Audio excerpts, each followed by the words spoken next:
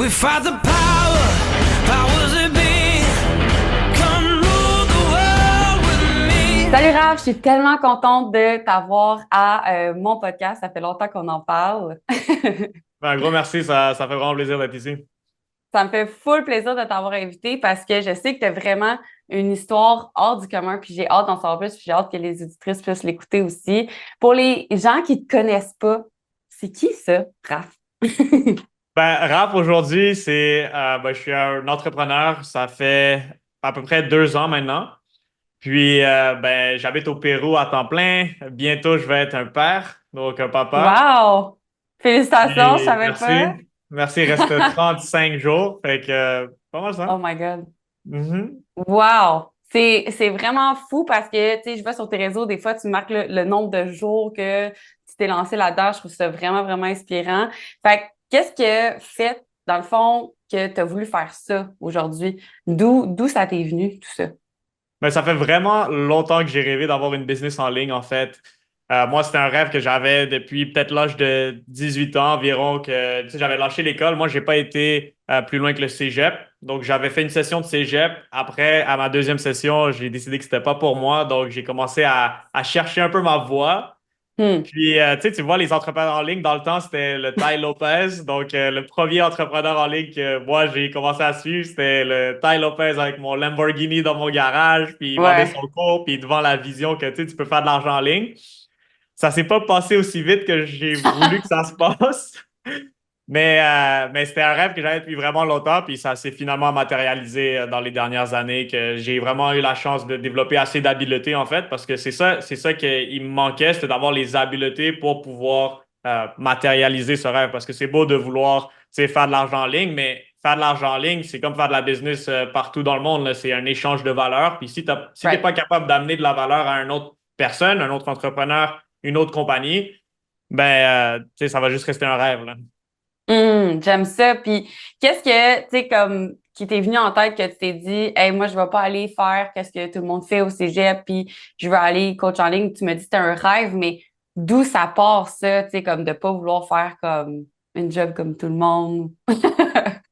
Ça part de loin. Je veux dire, j'ai toujours été un peu cette personne qui avait moins comment dire, j'étais moins le genre studieux. Tu sais, j'étais Hum, pas le style, je reste assis sur les bancs d'école, puis je me voyais pas faire ça pendant un autre 10 ans, tu sais, parce que quand tu commences le ouais, cégep, après, tu sais, si tu veux pousser loin, c'est l'université, peut-être 5 ans, peut-être ça fait quoi, un total de 7 ans. Puis moi, déjà à un jeune âge, j'aimais ça avoir de l'argent, j'aimais ça être capable de m'acheter des choses.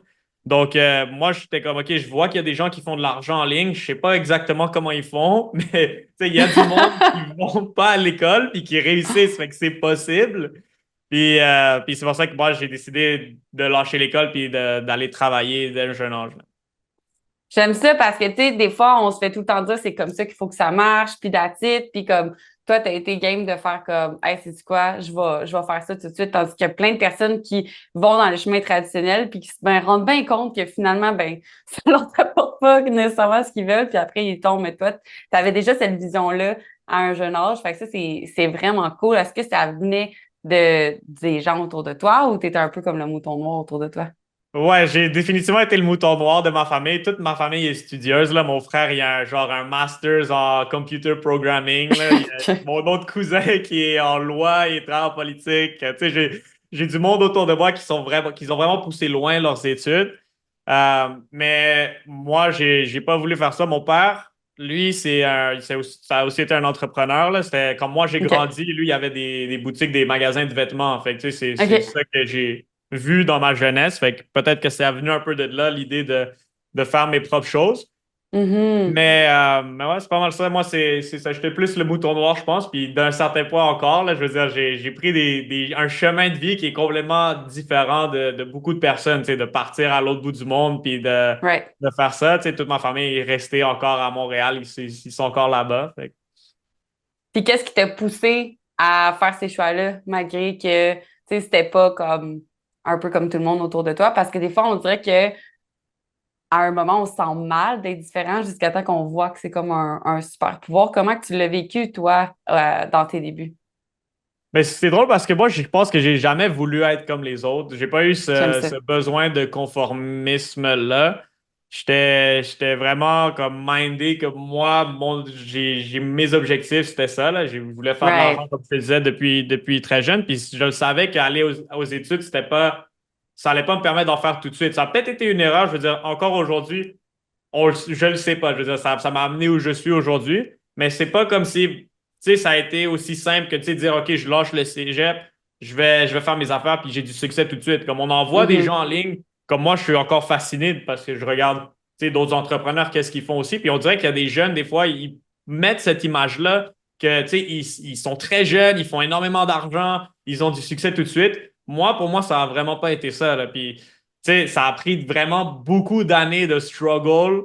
Tu sais, on parle de, comme, tu sais, de l'âge de 17 ans à 25 ans. Tu sais, j'ai fait littéralement, je les avais comptés, là, j'ai fait 60 différents travails. Wow. Tu sais, genre, j'ai essayé tout, là. Je veux dire, moi, j'ai dû apprendre par expérience de mes erreurs parce que je n'apprenais Mhm. pas justement des autres. Moi, c'est un peu comme je pense que si je regarde avec de l'introspective, une erreur que j'ai faite, c'était vraiment tu sais, de pas choisir quelque chose puis de vraiment continuer avec cette chose-là. C'était ça, une erreur, je pense, c'est qu'on veut aujourd'hui tout rapidement. Puis je pense Ouais. que j'avais pas fait le calcul que, tu sais, ça prend du temps avoir du Hmm. succès. Ça prend du temps réussir. Ça prend du temps comme vraiment commencer, que ça fasse un effet de boule de neige. Que comme si Right. tu commences quelque chose, puis là, tu as des résultats. Ça prend des années. Puis Puis je si on le pense veut que trop ça vite, ça vient nous met. aussi de. Oups, excuse.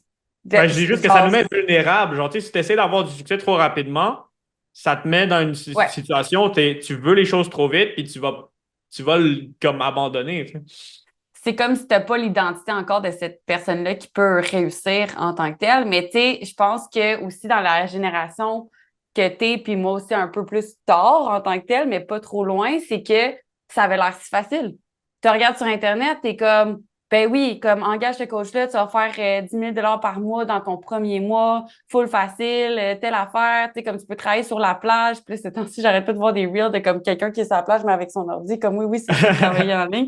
Mais comme, je trouve que ça peut être plus facile qu'on pense dans le sens que c'est pas impossible, mais c'est pas comme du jour au lendemain tu vas y arriver puis that's it, puis t'as pas besoin de faire d'efforts. Il y a des efforts qui sont requis en tant que tels. Puis je pense que ça vient aussi de beaucoup les réseaux sociaux qui est comme, tu sais, les coachs qui sont coachs, mais eux, ils ont fait quoi? On n'est pas trop sûr de qu'est-ce qu'ils ont fait. Ils sont juste là, puis ils coachent à, en tout cas, on n'entre pas dans ce sujet-là, mais dans le sens que ça a l'air trop facile sur les réseaux sociaux. Puis quand on voit les gens réussir, mais on sait pas, dans le fond, qu'est-ce qu'ils ont réellement dans leur compte de banque. Puis c'est ça qui est poche, c'est que il y en a qui vont louer justement des Lamborghini pour leurs pubs ou leurs affaires comme ça, pour te faire croire qu'ils ont plein d'argent, que c'est facile, mais comme c'est bien beau ton revenu, mais qu'est-ce qui te ramasse dans tes poches puis ta qualité de vie par la suite que tu montes pas sur les réseaux sociaux, ça, on ne sait pas c'est quoi qui se trouve derrière vraiment, là, tu sais.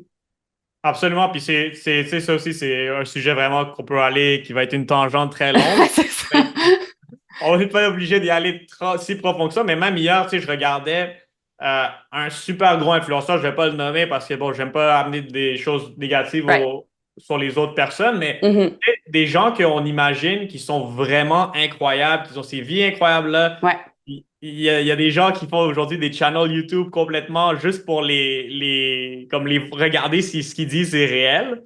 Ouais. Puis je regardais ça hier, puis tu vois que c'est ça, c'est souvent une image qu'on essaie de mettre. Mhm. Il y a une grosse industrie parce que, tu sais, ça, c'est quelque chose que moi, ben, je trouve ça un petit peu dégueulasse, là, mais c'est quand même, c'est une réalité. C'est que, tu sais, on se vend du rêve entre nous. Tu sais, il y a beaucoup de gens que c'est ça, ils vendent une image de, tu sais, c'est ça justement que tu veux, la vie luxueuse. Tu sais, pour les jeunes hommes, c'est souvent, tu as une vie luxueuse, tu as les belles filles, tu as les Les chars, les voyages. filles. Ouais, les chars, les filles, tout, j'ai tout. Puis, ils te montrent ça, ils te montrent qu'ils te vendent ça, puis en fait, ces gens-là, ils se mettent riches à vendre le rêve. Puis, tu sais, c'est comme C'est tu ça. vends le cours qui te rend riche, tu montes l'argent, puis au final, c'est comme si le cours, la chose qu'ils te vendent n'est pas Amène nécessairement la personne à être riche. ça t'amène pas nécessairement à être riche, c'est ça. Non. Fait que, Mais c'est j'aime toute ça. une Fait belle industrie, tout ça, là. Tu sais. exact. Fait que c'est d'y aller comme que oui, c'est possible, mais que ça va quand même prendre du travail puis de l'effort. Fait que, tu sais, toi, comme tu as dit, ta plus grande erreur, ça a été de pas aller en ligne dans quelque chose. Mais, tu sais, avec du recul aujourd'hui, est-ce que tu dirais aussi que comme toutes ces petites affaires-là t'ont aussi aidé à comprendre qu'est-ce que tu voulais et qu'est-ce que tu voulais pas? Ouais, moi je pense que définitivement, j'ai appris qu'il y a beaucoup de travail que je voulais ne pas faire, ça c'est certain. Sauf que ceci dit, c'est que maintenant, avec du recul, tu sais, maintenant que tu sais, aujourd'hui, je suis entrepreneur, j'ai quelques employés qui travaillent pour moi, j'ai une business qui roule quand même bien, puis je comprends beaucoup plus comment ça fonctionne d'avoir une business. Mhm. Je vois qu'il y a aussi, il manquait de structure par rapport aux choses que j'allais apprendre, par exemple, parce que oui, il y a eu des expériences qui m'ont appris énormément, puis il y en a que, tu sais, c'est des choses que j'utilise encore aujourd'hui. Par exemple, tu sais, mon travail de porte-à-porte, c'est celui auquel je réfère le plus parce que Uh-huh. j'ai été vendeur au porte-à-porte pour comme une compagnie Same. tierce à TELUS. Puis le fait d'aller pendant 6 mois là, cogner à des portes à tous les jours, puis me faire rejeter, puis d'essayer de leur vendre Uh-huh. quelque chose, ça a été une expérience transformative. Tu sais, ça, c'est quelque chose qui t'amène vraiment à voir le monde d'une autre manière. Puis ça a été une vraiment belle expérience. Par contre, tu sais, j'ai aussi été chauffeur Uber pendant à peu près 4 ans. Tu sais, oui, OK, OK. j'ai conduit le taxi, j'ai voyagé, j'ai fait ça au Québec, à Edmonton, à Calgary. Tu sais, je veux dire, oui, j'ai pu tu sais, vivre des expériences grâce à ça. Ouais. Mais l'apprentissage technique, tu sais, je veux dire, il n'y a pas vraiment de choses qui me servent aujourd'hui, là. C'est peut-être plus les connexions que tu aurais pu faire des fois qu'on sait pas. Potentiellement, mais je veux dire, genre, aujourd'hui, en ce moment, je regarde ça, puis dans le je pense que si justement, si tu avais si t'as de la connaissance un peu de c'est quoi que tu veux atteindre, puis que tu vas faire des jobs qui vont t'amener à prendre les skills pour Hmm. je pense que j'aurais pu atteindre le succès que j'ai aujourd'hui beaucoup plus rapidement. C'est ça que j'allais dire. Right. Si l'objectif, c'est d'y aller rapidement, Mhm. mais il y a trop rapidement, dans le sens que tu peux te dire, tu t'imagines, ça va se passer en une couple de mois. Non, ça va pas se passer en une couple de mois. Ouais. Mais il y a aussi le chemin, comme il y a aussi le bon chemin à prendre, je pense. C'est ça Mhm. que, tu sais, de choisir, tu sais, par exemple, tu veux être entrepreneur, il faut que tu saches vendre. Moi, d'après moi, c'est primordial. Tu dois être capable Ça de représente vendre. quoi la vente pour toi? Parce que, mettons, tu sais, comme quand j'entends ça, quand je parle de vente aux gens, n'importe quoi, le monde sont comme ah, moi, je suis pas une vendeuse, moi, je veux pas vendre. Vendre, c'est le démon en tant que tel. C'est quoi ton take par rapport à ça, toi? Aussi cheesy que ça va sonner, là. Ça va vraiment sonner Grant Cardone, là, ce que je veux dire en ce moment. Mais quasiment tout, c'est de la vente. Parce que tu sois employé ou que tu sois entrepreneur, tu fais de la vente à tous les jours. Dans le sens que Mhm. quand tu vas trouver un job, c'est quoi que tu fais? Tu es en train de te vendre. Ouais. T'es en train de vendre qui tu es, puis tu dis, moi, je vaux tant, puis tu essaies d'avoir le montant un montant, mais tu Mhm. es en train de te vendre. Ça, ce que je veux dire, quand tu es dans la compagnie, puis tu essaies de monter les échelons, ben, tu sais, il faut que tu vendes, que tu fais du bon travail, puis que tu mérites d'en avoir plus. Tu sais, fait Ouais. que vendre, je pense que c'est juste, ça fait partie de la vie. Je pense que le mot, il est peut-être mal choisi, genre Mhm. vendre, parce il y a une mauvaise connotation, Il y a une surtout au mauvaise, Québec, exact. Mais parce dans le que fond, ça c'est un fait, transfert de conviction, tu sais. C'est comme, tu as un besoin, j'ai une solution. À quel point tu veux cette solution-là, puis est-ce que c'est la bonne solution pour toi? Puis je pense que quand tu te mets à vendre des choses en lesquelles tu ne crois pas ou que tu penses qu'ils ne fonctionnent pas ou à la mauvaise personne, là, tu peux te sentir mal. Mais si tu donnes à la personne qu'est-ce qu'elle a exactement besoin pour l'emmener du point A au point B, dans le fond, si tu le fais pas, c'est mauvais en tant que tel parce que tu n'offres pas à la personne qu'est-ce qu'elle a de besoin. C'est pas comme t'es mauvais si tu le fais, au contraire. C'est que t'as pas rempli ta mission, que t'es là si tu le fais pas.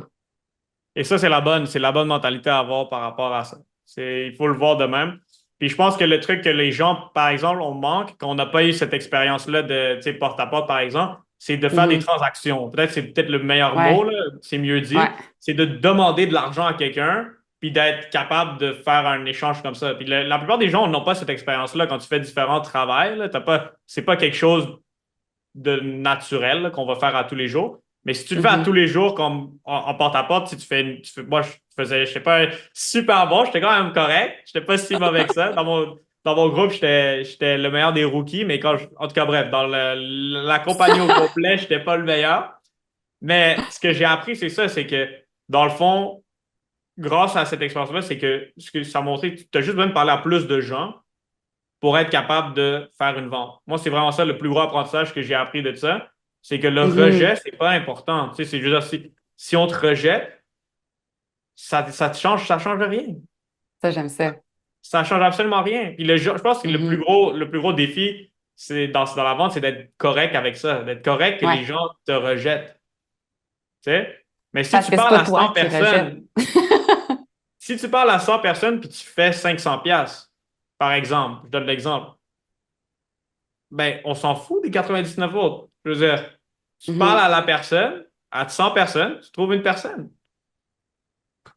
Puis je pense Mm. que c'est ça que, bon, cet apprentissage-là, ça m'a permis de bâtir mon business en ligne, c'est de dire, on s'en fout des gens qui te rejettent. Il y a tellement de monde. Tu peux aller chercher, tu peux aller trouver des gens en ligne, tu peux leur envoyer des messages, puis te bâtir un business comme ça, là. Mhm. Fait que, tu sais, dans le fond, ce que tu expliques, c'est qu'il va y avoir des gens pour tout le monde en tant que tel, puis que si c'est pas la bonne personne pour toi, ça veut pas dire que tu es une mauvaise personne, ou ça veut pas dire que ce que tu fais fonctionne pas, ça veut juste dire que c'est pas une personne qui t'aligne avec comme, ou elle est peut-être pas rendue là, ou peu importe, tu sais, puis ça n'a pas rapport avec ton identité si elle dit non, en fait. Parce que des fois, je pense que certaines coachs qui commencent ou certaines personnes qui commencent justement dans l'entrepreneuriat en ligne, c'est que si ils ont un non, c'est que ça va par rapport à leur identité, mais ça, c'est pas ça du tout, tu sais. Fait que ça, j'aime ça. Puis, tu sais, dans toutes les choses que tu as faites aussi pour te rendre là, ça a été quoi la chose la plus difficile pour toi? Tu sais, parce que, comme tu dis, ça n'a pas été facile de te rendre où ce que tu es aujourd'hui. Ça a été quoi la chose que tu penses qui t'a le plus forgé aujourd'hui?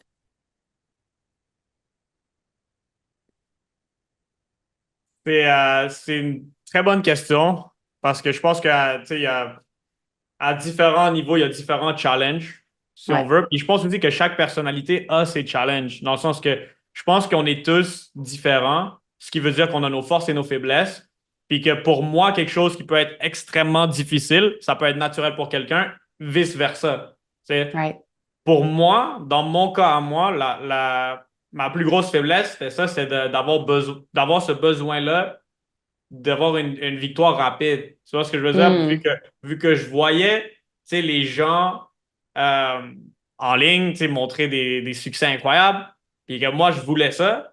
Fait que j'avais l'impression que si j'atteignais pas ça dans un certain time frame, qui pouvait être couple de mois ou whatever, j'étais pas satisfait. Donc, moi, j'abandonnais souvent. C'était ça mon plus gros défi. Hmm. C'était, je commençais des nouveaux projets, des nouveaux jobs, j'ai commencé différentes business. Je commençais à avoir un peu de succès, mais c'était pas, évidemment, tu peux pas avoir un succès incroyable en quelques mois. Fait que moi, ça m'amenait souvent à faire des switches, me dire, ah, je vais aller essayer cette nouvelle opportunité ou ah, je vais aller essayer ce nouveau Mhm. job. Fait que moi, je pense que ce qui m'a amené à être où je suis aujourd'hui, c'est de vraiment prendre conscience de cette faiblesse-là, puis de me ramener quand j'ai.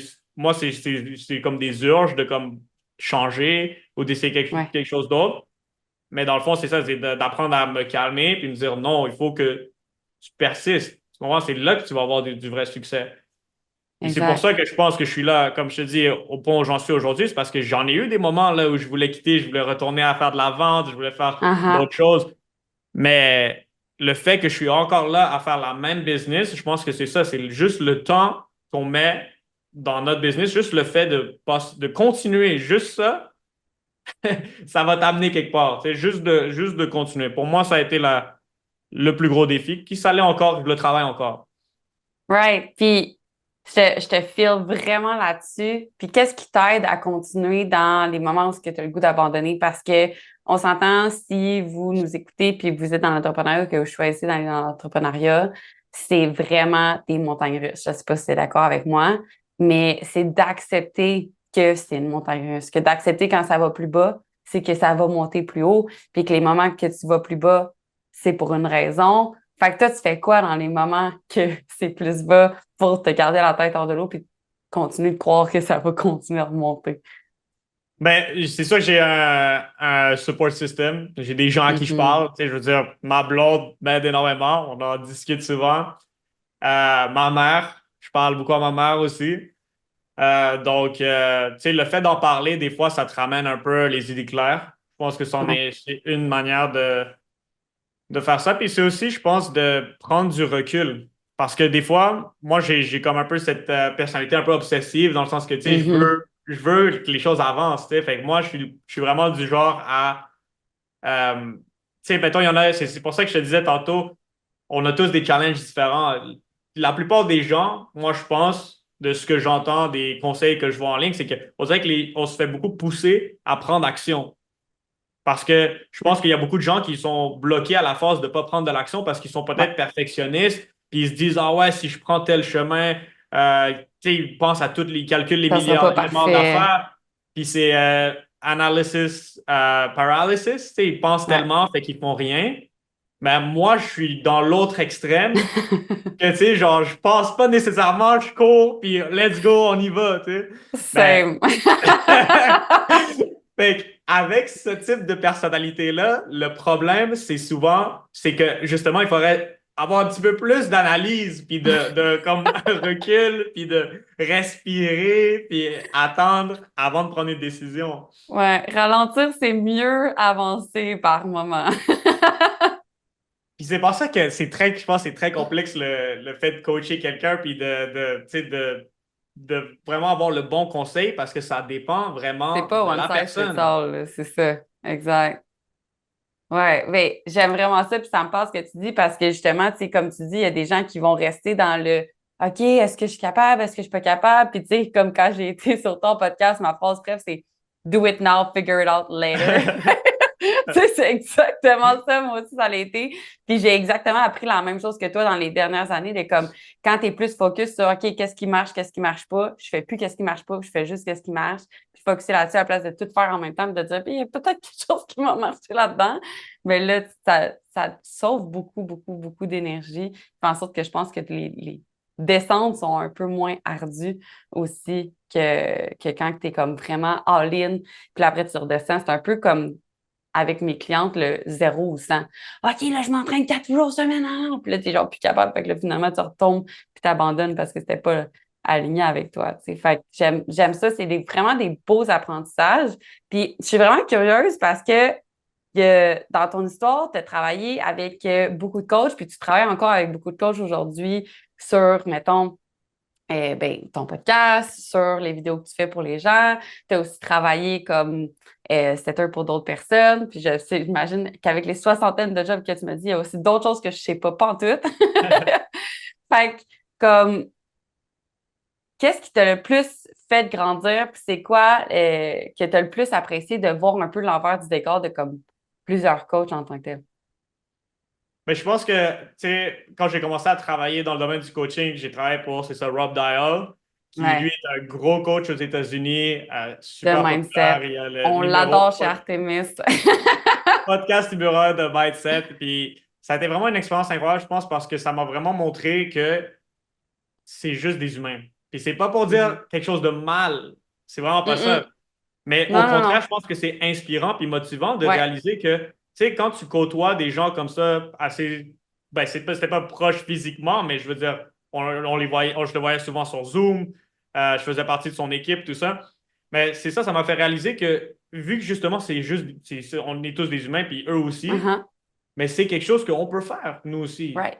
C'est pas des dieux sur Terre, puis on a souvent je pense, le syndrome d'idoliser. Je ne sais pas c'est quoi le mot ou le terme pour ça, mais on idolâtre les influenceurs ou les gens qui ont Ouais. énormément de succès, puis on les voit un peu séparés de qui nous on est. Mhm. Mais en fait, tu sais, Rob Dial, pour donner l'exemple de son cas à lui, ben, c'est juste quelqu'un qui a travaillé vraiment dur pendant longtemps. Tu sais, sa business a Ouais. 15 ans. Je pense que c'est à peu Je me près ça le rappelle, nom. j'écoutais ça, là, genre, v'là à peu près 6 ans quand j'ai commencé à l'écouter, là. Fait que c'est pas nouveau, là. C'est pas nouveau, fait que c'est juste pour dire il a persévéré. Il a aussi, tu sais, il a fait des bons choix. Il a été au bon moment, au bon temps. Il y a des attributs naturels qui l'amènent à être là aussi. Je veux dire, il est beau gosse, il est grand, il est bon, il est bon pour parler. Je veux dire, Moi, tu sais, j'entends juste sa voix, là, majoritairement du temps. Fait que... mais, mais c'est pour dire que c'est ça, c'est que c'est ça.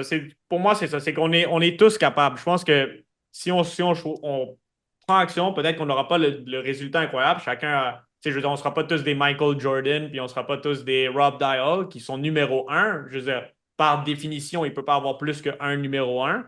Mais on est tous capables, je pense, de faire des steps vers ça.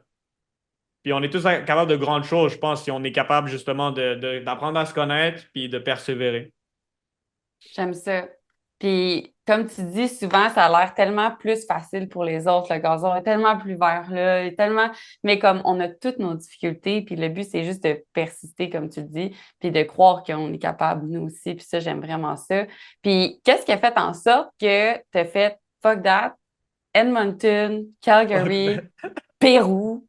Genre, je veux savoir, parce qu'on a beaucoup de gens qui nous écoutent parce qu'ils aiment le voyage, justement, puis qui veulent cette liberté-là de pouvoir aller où qu'ils veulent. Comme, qu'est-ce qui a fait en sorte que tu as choisi le Pérou, puis qu'est-ce qui t'a emmené là? Au début, c'était l'ayahuasca. Ça fait que je voulais faire, J'aime ça. ouais, je voulais faire une expérience d'ayahuasca. J'avais fini mon 6 mois de porte-à-porte. Puis je m'étais dit, OK, je vais voyager, je vais expérimenter ça. Puis après ça, ben, le fait justement que j'avais appris à vendre, ça m'a permis de croire que je pourrais être capable de faire la même chose en ligne parce que si je suis capable de vendre à des gens qui ne me connaissent pas devant une porte, Que puis tu vas leur vendre, cogner chez eux, ouais, cogner littéralement. chez eux, Ouais. achète de quoi, puis ça marche, ben, je devrais être capable de faire ça en ligne. Et j'avais vu un cours en ligne qui permettait d'apprendre à faire ça. Fait que là, j'ai pris ce cours-là. Puis après, en prenant le cours, ben, ça m'a connecté avec Rob Dial. Nice. Mais en tout cas, bref, le fait de partir au Pérou, une fois que j'étais au Pérou, ben, je me suis mis all-in, puis j'ai dit, je vais trouver une job, puis je vais faire ça fonctionner. Puis ça m'a permis, justement, j'ai eu cette chance-là de travailler en ligne, là. Je veux dire, c'est juste arrivé de même. Honnêtement, c'était pas vraiment planifié. Comme je te dis, moi, je suis plus du genre, let's go, on y va. Tu sais, Ouais. j'avais pris un billet d'avion, une direction du Canada au Pérou, puis je me suis dit, I'm gonna figure this shit out. Là, j'avais 1000 piastres dans mon compte en banque, assez pour survivre pour peut-être 2 mois. Et je t'ai dit, I'm gonna make it work, puis ça a fonctionné. Je veux dire, je sais pas si c'est un bon conseil ou pas, mais je pense que j'avais Ben, aussi, tu sais, atteint, tu sais, tu sais, comme encore une fois, c'est que j'étais dans une place où j'avais vraiment la foi que ça pouvait arriver parce que je venais justement d'avoir voilà. 6 mois de temps à prendre l'habileté. Tu sais, j'étais Ouais. confiant que j'étais capable de le faire. Tu sais, je dirais pas à Fait n'importe qui de juste se lancer billet one way, puis va-t'en au Pérou, puis you're gonna figure it out. J'étais rendu quand même à 26 ans, 25, 26 ans, puis j'avais confiance en moi, là. Mais je pense que tant que tu veux vraiment quelque chose vraiment fort, tu vas y arriver. Puis comme tu l'as dit, tu avais la foi, tu avais la confiance, tu avais la conviction. Puis ça, tant que tu l'as, tu peux avoir Mhm. la conviction que ça va arriver, même si tu n'as pas encore les habiletés d'après moi.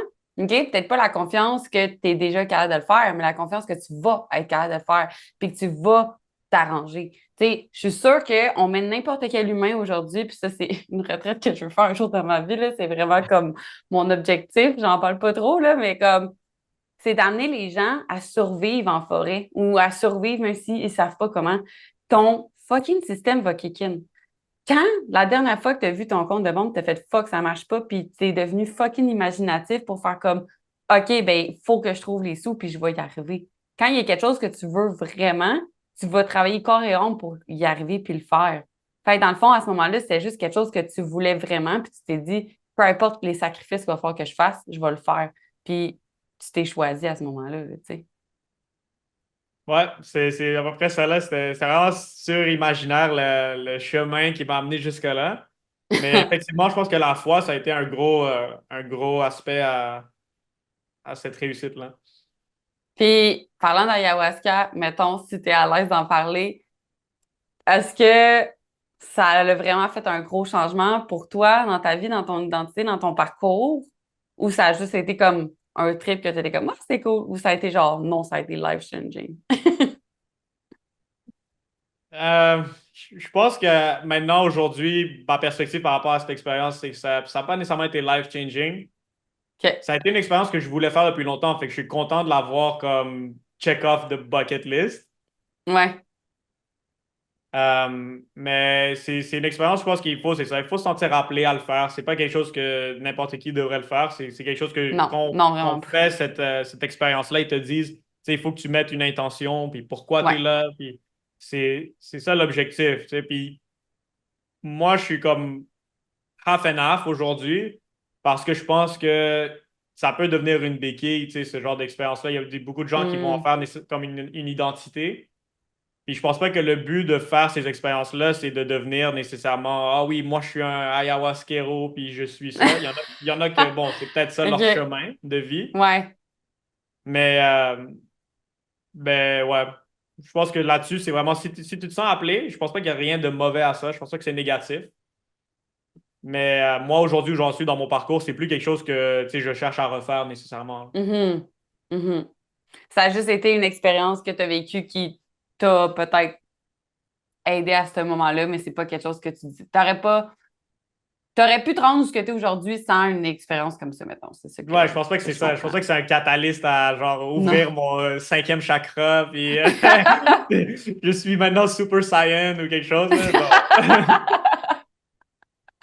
Ah, j'aime ça parce que, tu sais, il y a des façons d'atteindre un peu cet état-là méditatif, spirituel, avec justement comme du breathwork, ou genre de la méditation, ou du yoga, ou juste être comme dans le moment présent. Mais on est tellement pas capable de tomber dans ce moment présent-là avec la vie d'aujourd'hui qu'on a besoin d'aller faire des choses comme ça pour sortir de notre cerveau puis comme aller justement dans notre esprit un petit peu plus, là.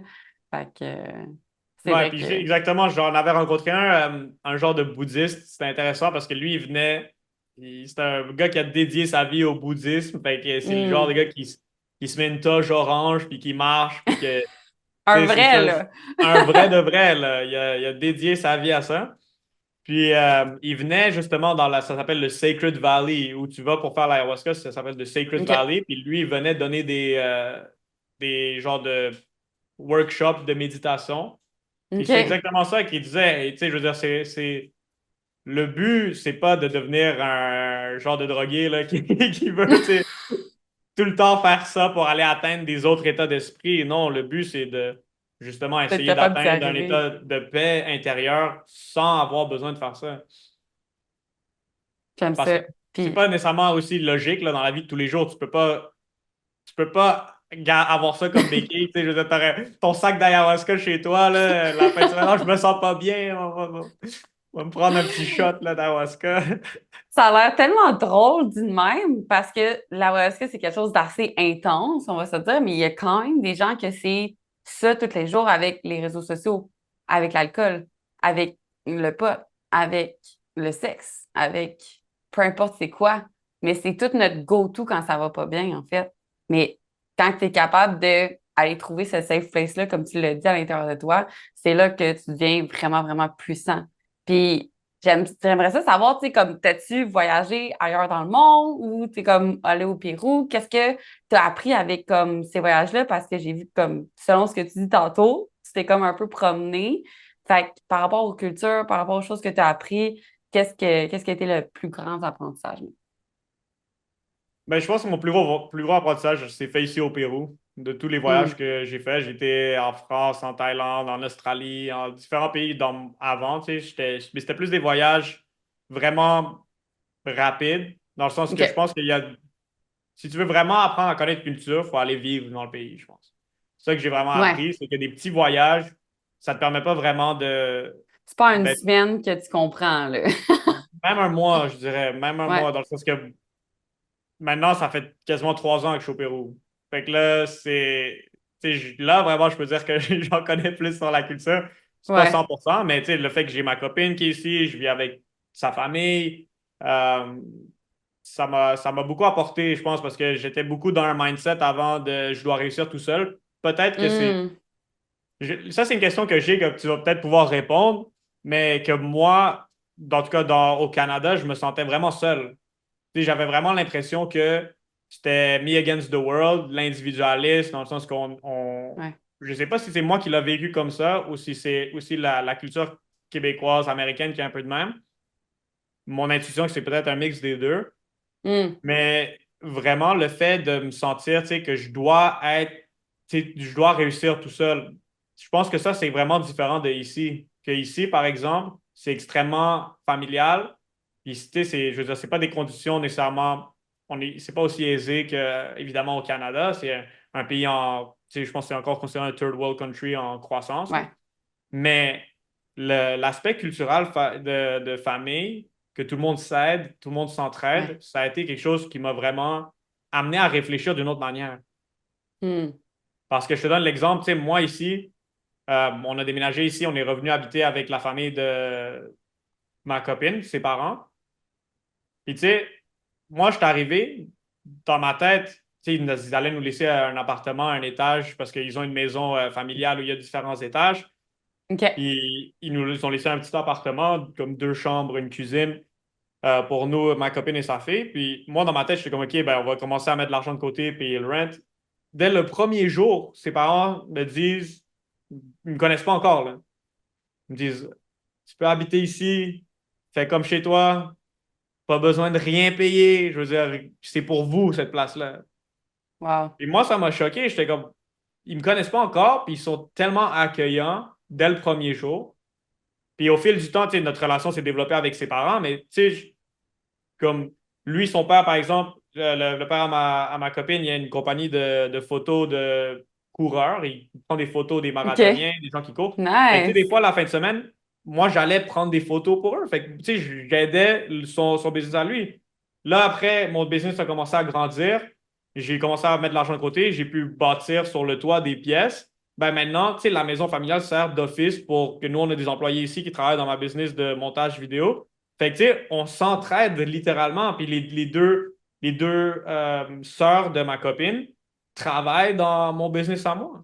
Puis Mhm. c'est vraiment un écosystème plus qu'un, tu sais, do it on your own, tu sais, va Ouais. chercher ton propre gagne-pain. Puis je pense que ça m'a fait beaucoup progresser de commencer à réfléchir comme ça, plus avoir un mindset, encore une fois, je sais pas si c'est les bons termes, mais j'ai inventé ça ce matin, mais tu sais, d'écosystème, tu vois ce que je veux dire? Créer un Ouais. écosystème de bien collaborer avec les gens autour de soi Mhm. versus, tu sais, tout faire tout seul. Ouais. Ben, pour répondre à ta question, je pense que oui, c'est culturel, ça c'est sûr, OK? Parce qu'on se fait apprendre de comme, faut que tu sois capable de te démerder par toi-même ou whatever. Mais je pense que ça vient beaucoup du mindset de scarcity qui existe, surtout au Québec, t'en as pas, ou juste en général dans le monde, de comme, si je partage ce que j'ai, je vais me le faire voler, ou ça va pas être correct, ou comme les autres vont réussir plus à ma place. Puis comme je pense que quand j'ai commencé dans le coaching, c'était tout le temps comme ah, si cette personne-là réussit, ça t'enlève un peu quelque chose à toi. Puis ça vient vraiment d'un mindset fermé. Tu sais? Puis quand tu te rends compte que non, la collaboration, puis qu'on peut tous s'entraider, puis dans le fond, hey, on a la même mission. Fait que pourquoi on ne s'aiderait pas à la place de ce qu'on fait compétition? Là, ça devient vraiment magique. Fait que je pense que ça vient vraiment d'un mindset en tant que tel. Puis oui, je pense vraiment que là-bas, c'est culturel comparé à ici, à mon avis, à moi. Puis comme tu le dis, c'est sûr que c'est plus de base. Je pense qu'il y a quand même des gens qui sont peut-être comme ça aussi. Mais je pense que ça vient vraiment d'un mindset de comme scarcity ou d'un mindset d'abondance.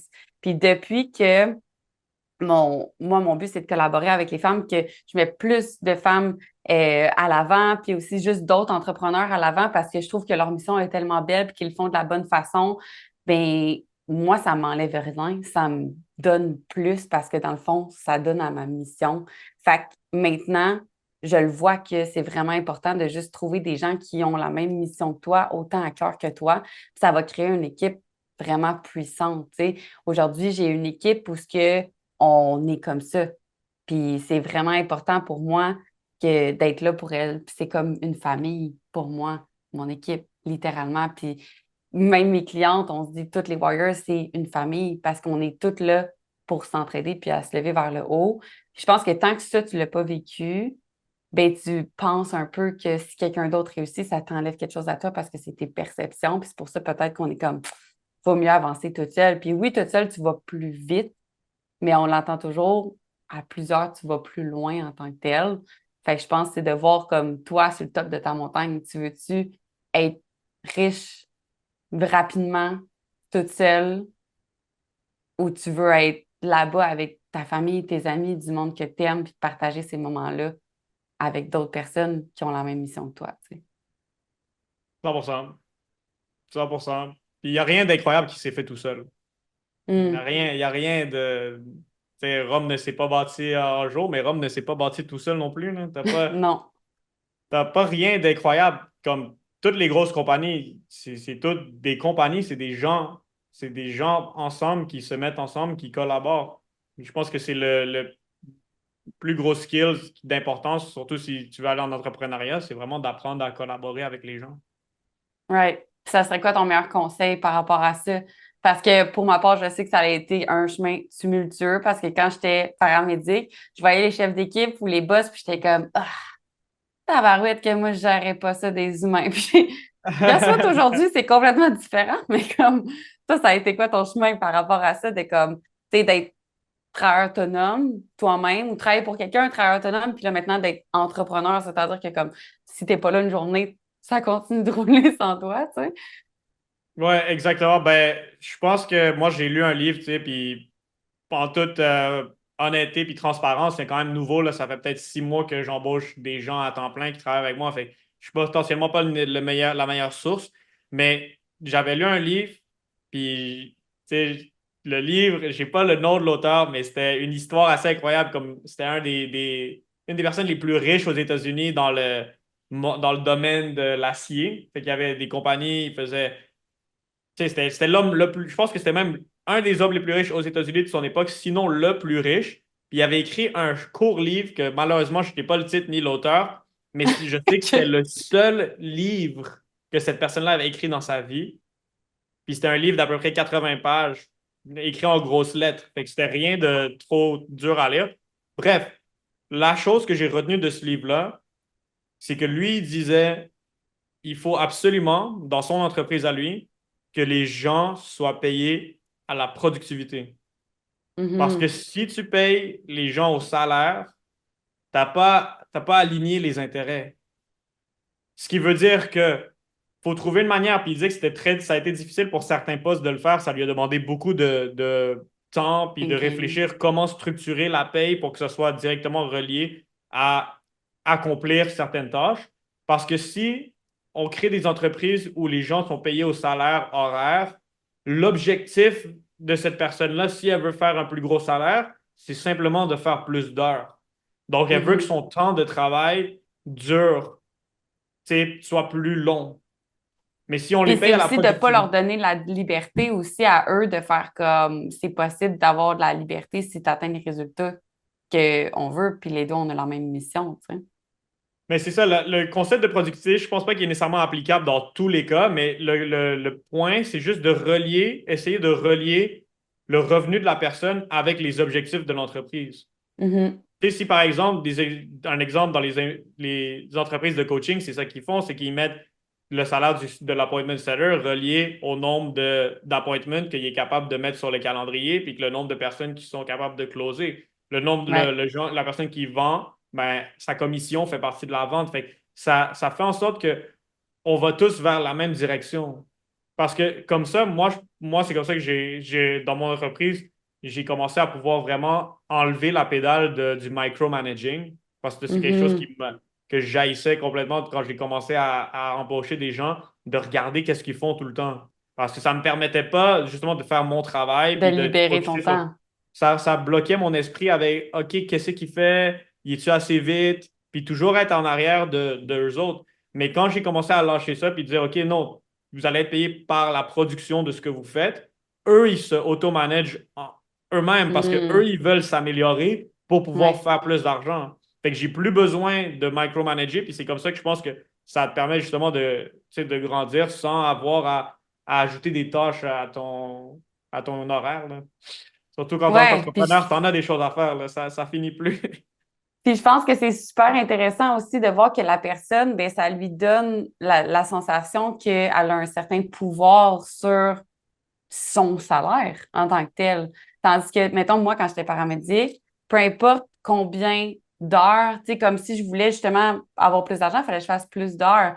Mais peu Ouais. importe si moi, j'avais eu des comme fucking bonne note au cégep, puis je connaissais toutes mes affaires. Mais l'autre personne à côté de moi, ben elle, tu sais, elle s'en calissait de la job, puis qu'elle faisait juste clock in, clock out. On avait le même salaire, puis ça me rendait en fucking tabarnak parce que j'étais comme, moi, je care.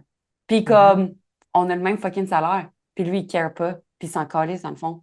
Fait que ça, c'est une des choses qui m'a fait quitter cet emploi-là, justement, parce que j'étais comme, peu importe ce que je fais, peu importe comment j'étudie, peu importe combien bien je suis bonne ou n'importe quoi, ça va rien changer en tant que tel. Tu sais, c'est des échelons. Fait que je pense que Exactement.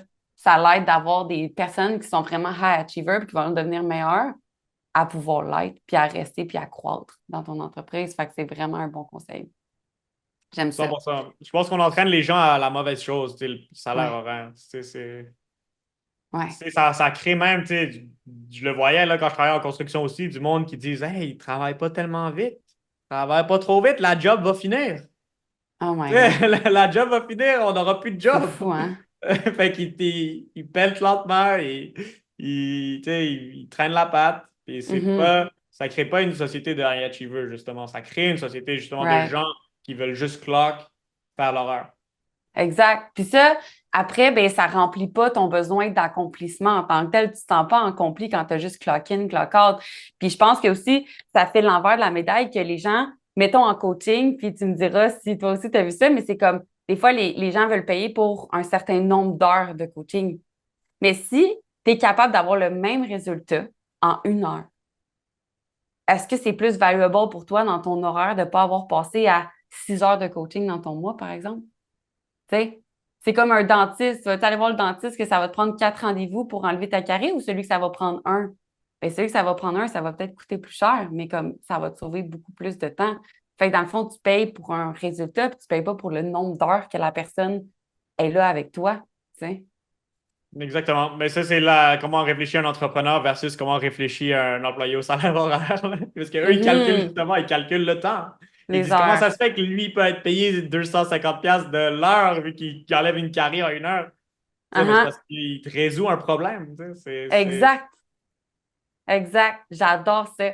Puis, pour finir là-dessus, ça a été quoi comme la chose que tu aimerais dire à quelqu'un qui était dans tes pattes, mettons, soit à 18 ans ou qui aujourd'hui qui a 30, 40, 50, peu importe de quel âge, mais comme qui veut commencer, puis que la vision comme toi, est comme moi, je veux cette liberté-là. Je veux pouvoir travailler en ligne, je veux pouvoir faire quelque chose que j'aime en tant que tel. Qu'est-ce que tu vas dire à cette personne-là? C'est une bonne question. Ça dépendrait à quel moment je me parlerais. Mais je pense que, ben, de un, évidemment, c'est de jamais, jamais perdre la foi parce que je pense que une des choses qui est très nocive, c'est quand on perd espoir. Je pense que perdre Hmm, espoir, ça t'amène dans une zone, moi, ça m'amène en tout cas dans une zone extrêmement négative.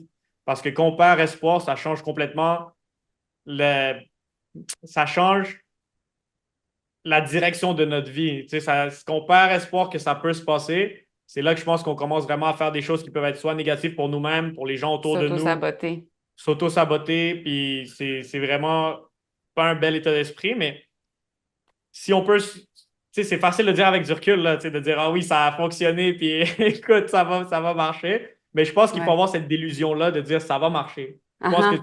que tu le vois ou non, faut le croire. Faut absolument le Right. croire. Puis il faut prendre action. Tu sais, c'est pas, ça se passe pas sur ton sofa, ça se passe pas en réfléchissant, ça se passe pas en regardant 1 milliard de vidéos YouTube aussi. Ça peut être une grosse attrape de, tu sais, regarder Ouais. des choses puis de penser qu'on apprend des choses. Non, ça s'apprend en prenant des actions concrètes. Fait que J'aime c'est ça. basic, là, mais je pense que c'est ça. Puis pour ceux qui sont curieux, tu fais quoi aujourd'hui? Ça a été quoi ton point final finalement que tu as dit? C'est comme, je fais ça, je continue à faire ça, j'abandonne pas de faire ça. Ben, aujourd'hui, j'ai une entreprise de montage vidéo. On travaille surtout avec des coachs. On fait principalement des courts clips pour que les coachs, justement, ils puissent promouvoir sur les réseaux sociaux, garder de l'intérêt de leur audience, en fait.